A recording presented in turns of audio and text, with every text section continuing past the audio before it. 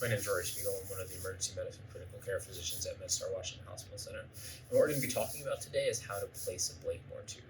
So what you see in front of us is essentially all the supplies you'll need to place the tube, confirm it's in the right place, inflate the right balloons, ensure proper pressures, and then suspend and maintain your tube in the patient. And you can see here, this is your Blakemore, and what essentially it is a long NG tube with some pumps down here where you can pick up GI bleeding in the stomach, and two balloons. This is your gastric balloon, so this is meant to go into the stomach and inflate, and you pull back and put tension on the GE junction, cutting off the blood supply to the varices. This is your esophageal balloon. If needed, you inflate in the esophagus to increase pressure directly on the varices themselves. If you come up here to the top, you see we have 3 ports, and they are all labeled if you come in close. And what you see is you have a gastric balloon. So this is where you inflate the gastric balloon itself. You have an esophageal balloon. This is where you're going to inflate your esophageal balloon. And then you have the gastric port here. This is where you're actually going to put your suction on to see if you have ongoing bleeding. And that's essentially the tool. The problem with this device is it's fairly rudimentary. And so without all the other supplies here, it's fairly hard to insert it, inflate the balloons appropriately, and then measure appropriately.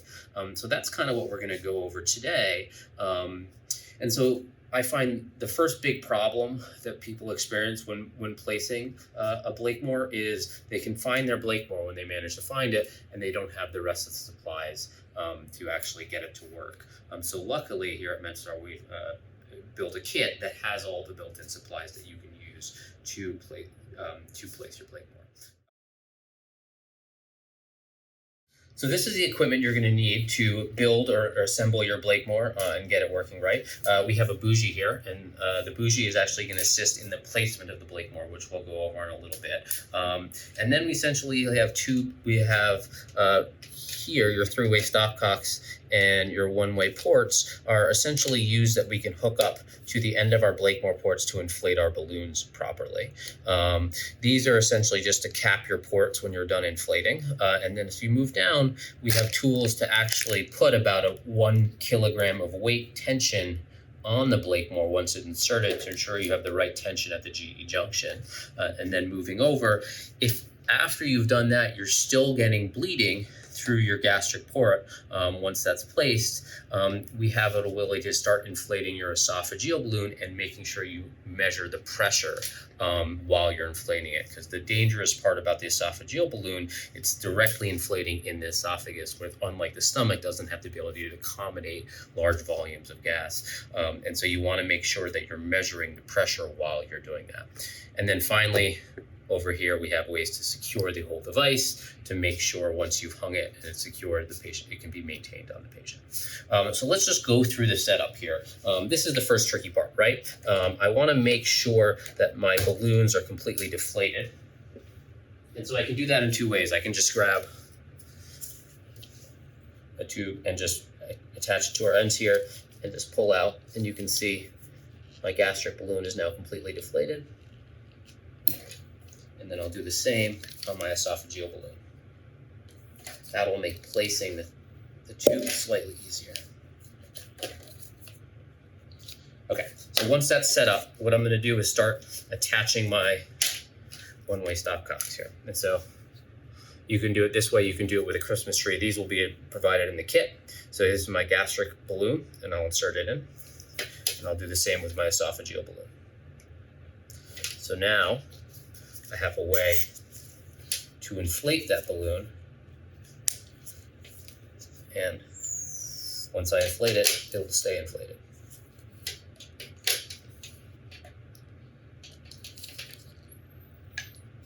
Okay.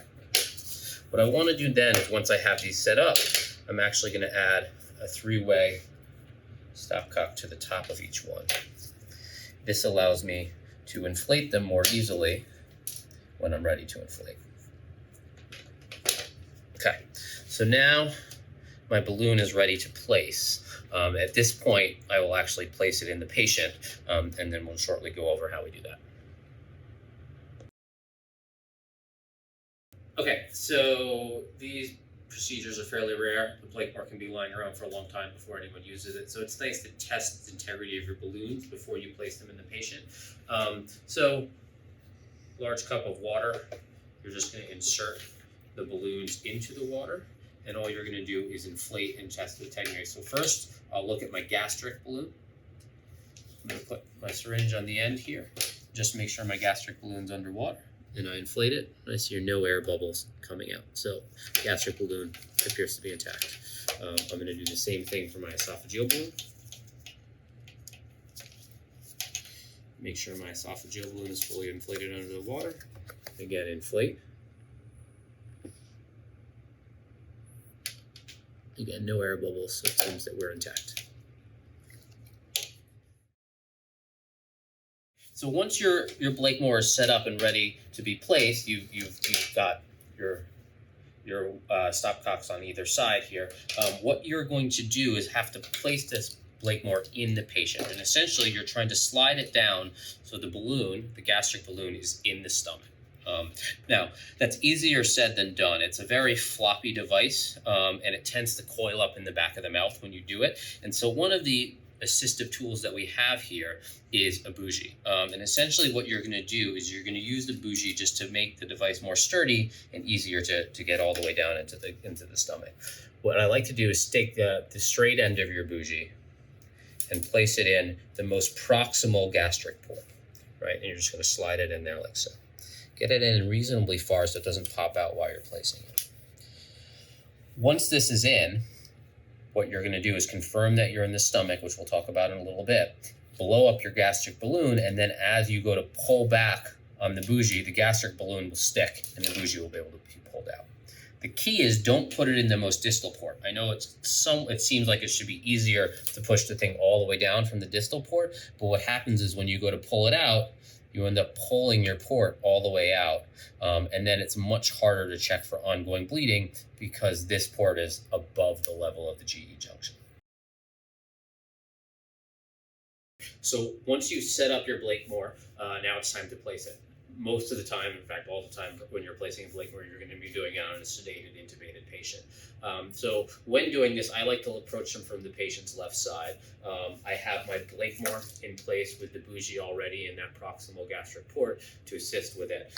And what I'm going to do is come in here, and I like to just come in and actually push the tongue down. And what you're going to do is feed your Blakemore along the side of the mouth.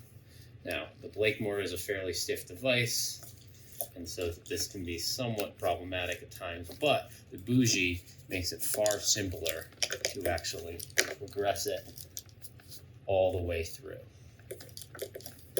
When you do this, you want to go to about 40 at the teeth, 40 centimeters at the teeth, and usually that will get you into the stomach. So now, the Blakemore is presumably in the right place. You want to be able to confirm. And so what you're going to do is put 50 cc's, so we come here, put 50 cc's in our gastric port. So we'll make sure we're on our gastric port before we do anything. Hook our syringe up to it, and I'm going to inflate 50 cc's into the gastric port. Close it. And I'm going to confirm with X-ray at this point. I want to make sure I'm in my stomach before inflating the balloon any farther, because what you don't want is to be in the esophagus and inflate your gastric balloon up to the volumes that you typically want to get appropriate tension at the GE junction. Okay, so X-ray's done and we've confirmed we're in the right place. Now I'm going to blow my gastric balloon up the rest of the way. So again, I want to make sure that I'm at my gastric balloon. I'm going to pull up another 50 cc's and attach.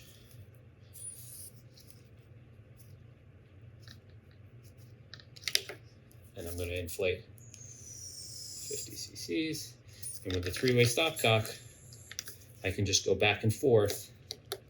And I want to put total another 250, so 300 cc's in total. So that was another 100.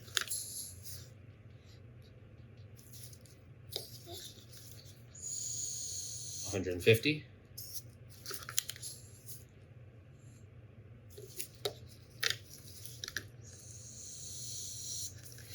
200.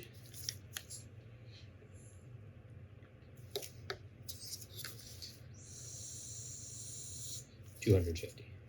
Close the balloon off. Take off. So now we're inflated. Now it's safe to remove my bougie because the balloon will now stick at the GE junction, won't come back, and the bougie can come out itself, right? So now I've used the bougie to assist in the placement of my Blakemore tube. Okay, so now I'm going to gently pull back until I feel the tension tugging. At this point, I like to get another x-ray, confirm I'm in the right place. Okay, so now we want to make sure we can apply the appropriate amount of tension to the Blakemore to ensure that we're putting tension on the GE junction and impeding bleeding. Okay, so once your Blakemore's in and you've appropriately confirmed by x-ray and blown your balloon up to 300 cc's, your gastric balloon, you want to make sure that you have tension, enough tension on it to appropriately stop bleeding. Now you can't just have to here and hold it all the time, right? So you need a way to secure this and maintain that tension. And so what I like to use is a Curlex and a 1 kilogram rate. Both will be in your kit. In a pinch, if you don't have your weight, you can always use a 1 liter bag, which will get you close to a kilogram of tension. Either way, you want to suspend this on your Blakemore. We're going to use an IV pole for the suspension, and we'll talk through how you do it. So I like to take our Curlex and I open it up and basically just open it up so it's completely here, and you're going to run it down so you have two sides coming down evenly and a loop at the top. And what we do is we take that loop and just wrap it around the distal point of your Blakemore and feed your ends through so you get a nice catch on the Blakemore itself, right? And you just run this up right below where your ports are found, right?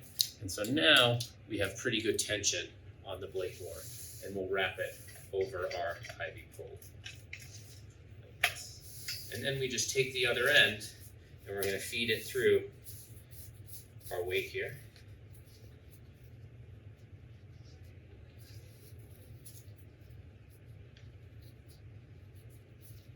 Just like so. We can tie a knot. And you just want to make sure your knot's secure so it doesn't come undone when you walk away. So double knots are always safer. And then you're just going to suspend that so you get the appropriate amount of tension through the actual Blakemore tube.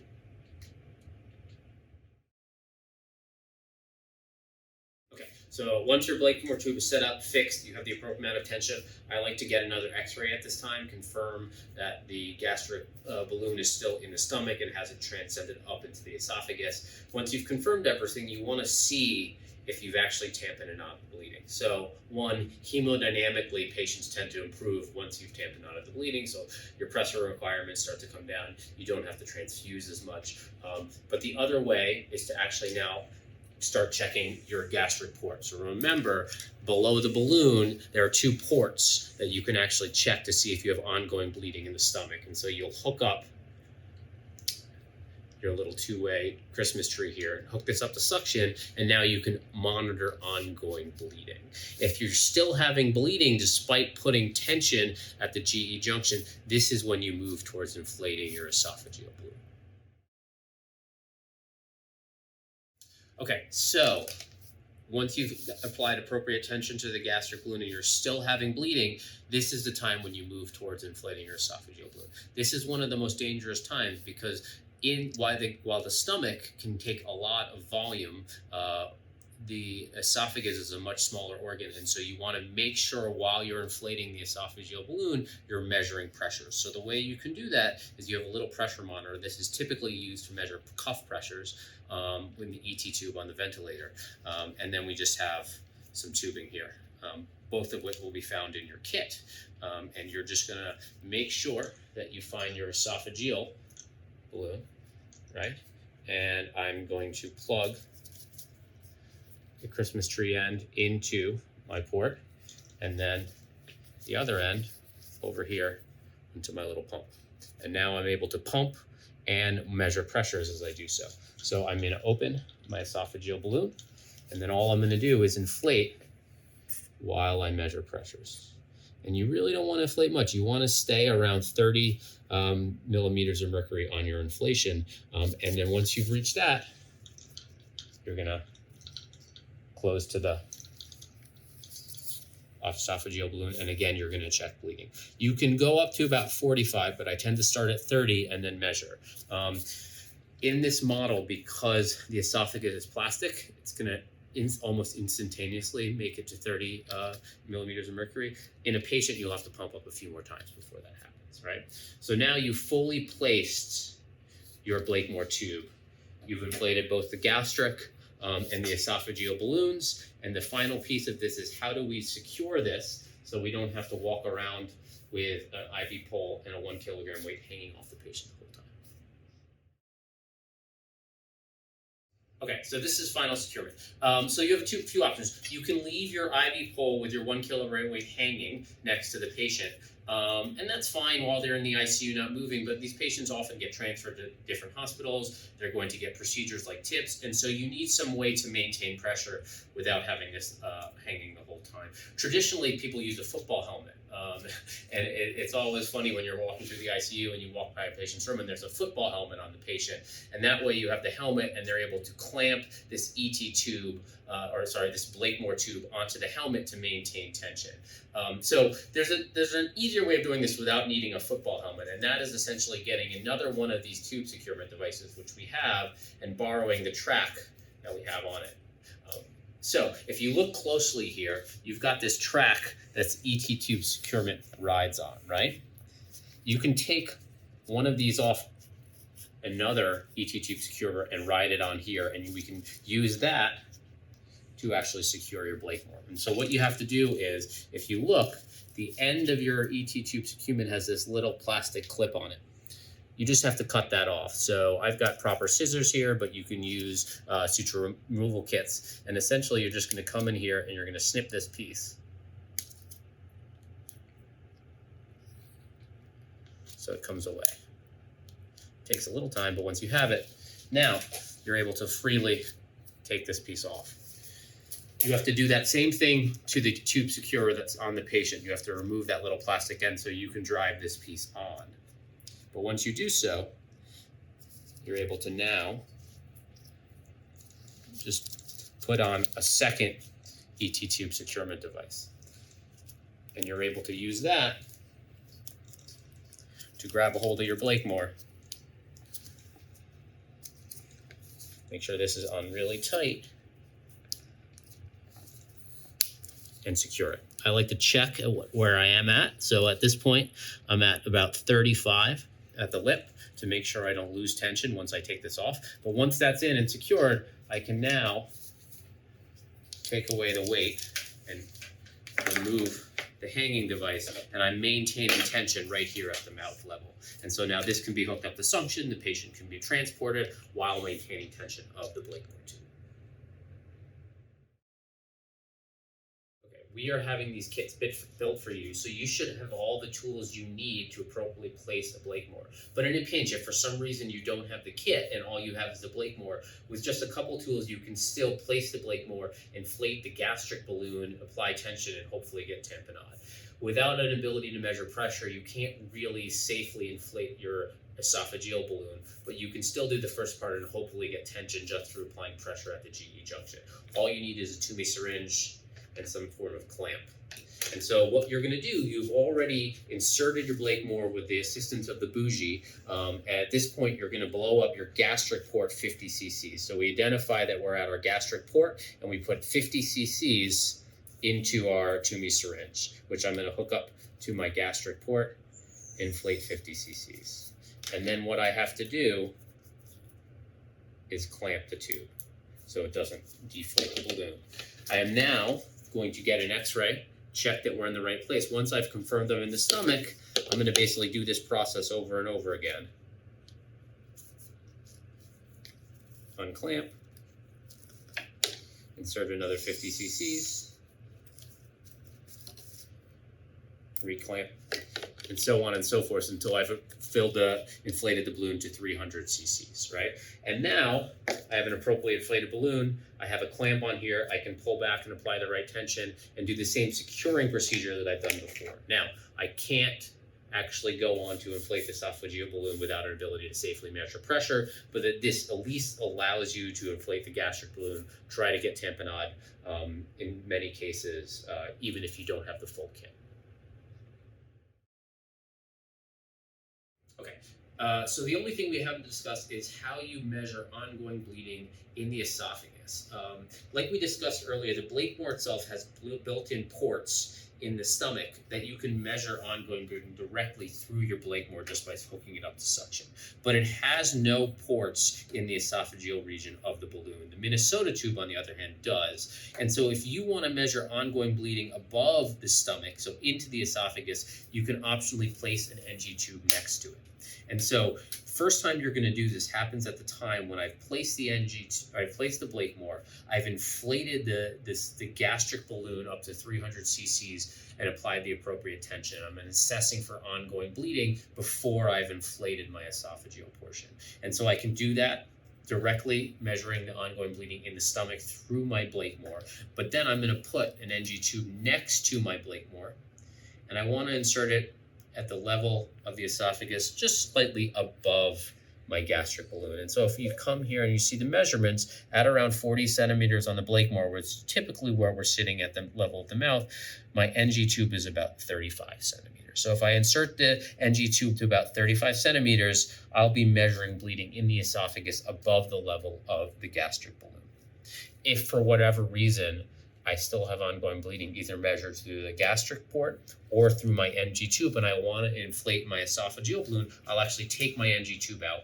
I'll inflate my esophageal balloon like we discussed. And then I want to put my NG tube back in, only this time to above the level of the esophageal balloon. So at this point, if you look, an NG tube, so it sits appropriately above the level of my esophageal balloon, is somewhere around 15 centimeters. So again, I will now insert my NG tube at about 15 centimeters at the mouth. I can get an x-ray to confirm that I'm sitting in the right place, and then I can, again, check ongoing bleeding in the esophagus through this NG tube that is sitting next to my Blakemore.